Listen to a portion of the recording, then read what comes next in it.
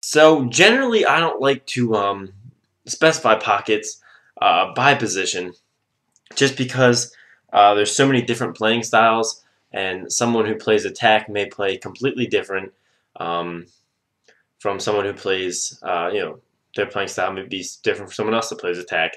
And among attackmen, there's plenty of different playing styles which require and lend themselves to plenty of different pockets. But so what I'll do is just give you a couple of options of what I think are the best options for each position, and you can try stuff out for yourself and decide, what kind of player you are and what kind of stringing you want to use. So we're going to be talking about attack today. Now, the generalization of attack is that you're going to be cradling the ball with the stick in one hand. You've got your arm up to guard, you're rolling back and putting it to the other hand. You might do some splits and some rolls, and you're going to be mostly vertical with the stick, up and down.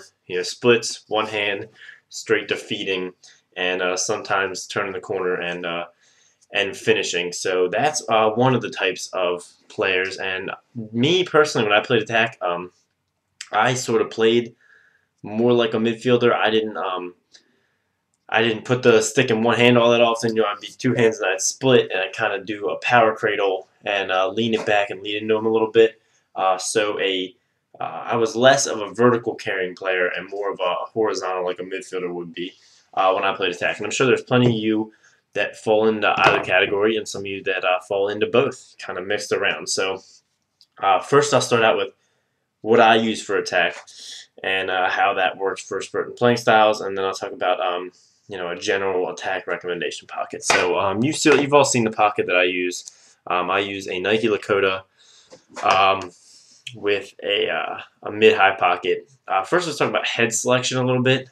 For attack, I really like the head to be pinched through the throat with an aggressive flare, specifically for attack, because a very narrow throat is going to give you a great place to carry the ball. Is really just going to nestle in that narrow throat and drop down and hold it in really well. So heads like the Lakota, the Surgeon, the Blade Pro, the Cobra, and any variations of those for the X and X6 specs. The Evo X6 is great.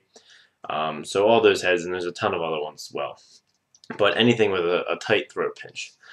So the pocket that I use is 15 millimeter East Coast mesh with a mid-high and a nice channel, 2 U's, and a nylon, a 3-diamond, or a 5-diamond and a 3-diamond U.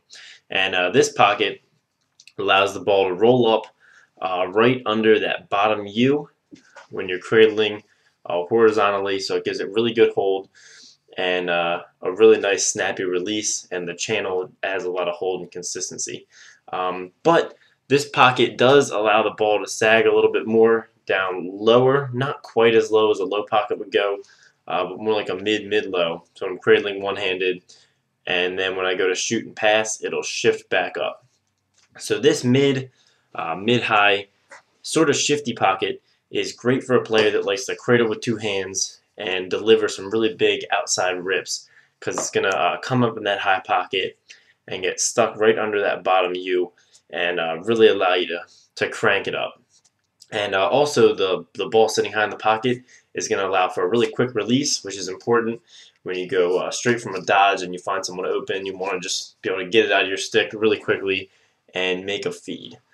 So those are some of the advantages of working with a more mid-high pocket. I recommend the U's to give the ball a little bit of hold in there and keep it, just for adjustment's sake, keep it going straight out and consistent. And the channel is really important as well to make sure the ball comes out the same every time. So this is the pocket that I use, and that's the type of player I suggest it for. It's not perfect for cradling up and down, but I can get it done, but not all that well. So now we'll talk about generally my recommendation for most attackmen, and that's the pocket that I've got strung here. It's a mid-low. This is also 15 millimeter East Coast mesh. Mid-low with pretty much the same shooter setup, sort of a P34 setup with 2 barreled nylons, 5-diamond U and a 3-diamond U, and it's got a deep mid-low pocket with a really nice channel. These mid-low pockets allow you to have a really long, nice channel to allow a really consistent and smooth release. So this pocket is going to work really well for cradling with the ball in one hand. The ball is going to drop all the way down into the narrowest point of the head, and it's going to be really tough to get out of there. But what you want it to do is shift up just a little bit so the ball can sit under this 3-point U, and that way it gives you a little bit of hold when you go put it back in two hands and maybe throw some fakes and things like that. But overall, it's going to have a really smooth release so that you're going to get a nice full throwing motion when you throw your feeds. You don't have to, snap it out and chop it a little bit more like you would have to if it had more whip. And it's going to be really accurate and really consistent. So this is what I recommend for pretty much every attackman because most do cradle one-handed. A really nice mid-low pocket with a tight channel. And I've got a bunch of videos out there for heads with mid-low pockets, so you can check those out. But overall, this is what I recommend. So why don't you guys in the comments let me know what you guys use for attack, and maybe I'll check it out. So stay tuned in the coming weeks for midfield defense and finally face-offs. I don't know much about goalies, so I'll probably leave them out. Maybe I'll do a goalie pocket. We'll see. But anyway, guys, happy Thanksgiving. Thanks for watching. Make sure to subscribe if you haven't for more stream videos and tutorials, and have a good day.